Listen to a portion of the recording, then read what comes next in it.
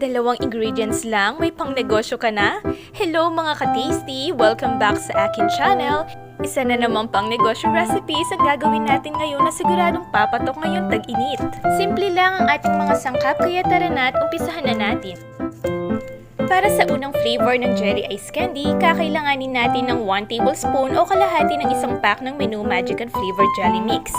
Tapos ay ihahalo natin ito sa 1 litro ng tubig.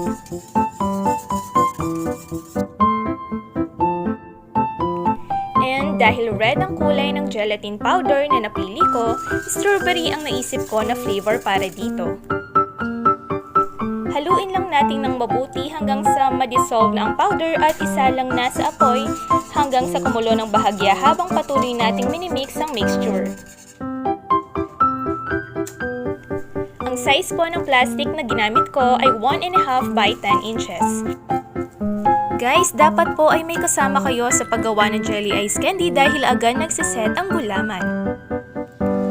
Gamit ang embudo, mag-scoop lang tayo ng around 1/2 cup ng mixture pero depende po sa inyo kung gaano kalaki ang gusto ninyo.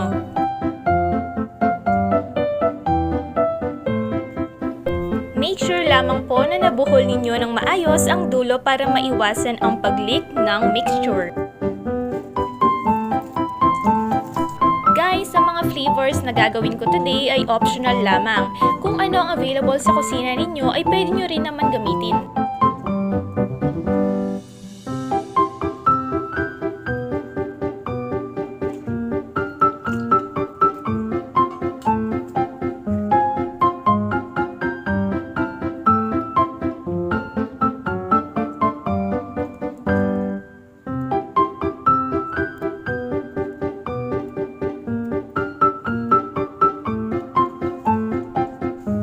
Para naman sa second flavor ng ating jelly ice candy, kakailanganin natin ng 1 tablespoon o kalahati ng isang pack ng Menu Magic Mango Chunks Jelly Mix.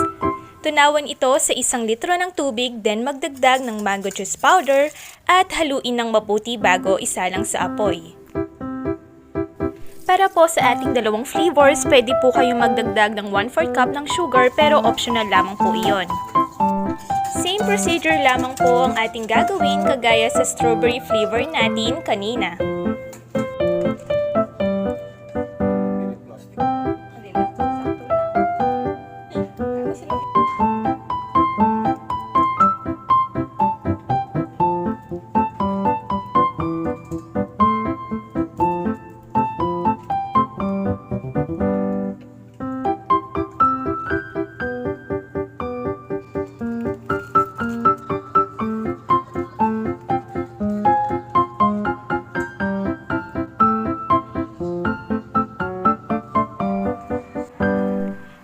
Pieces, each flavor po ang aking nagawa for a total of 24 pieces.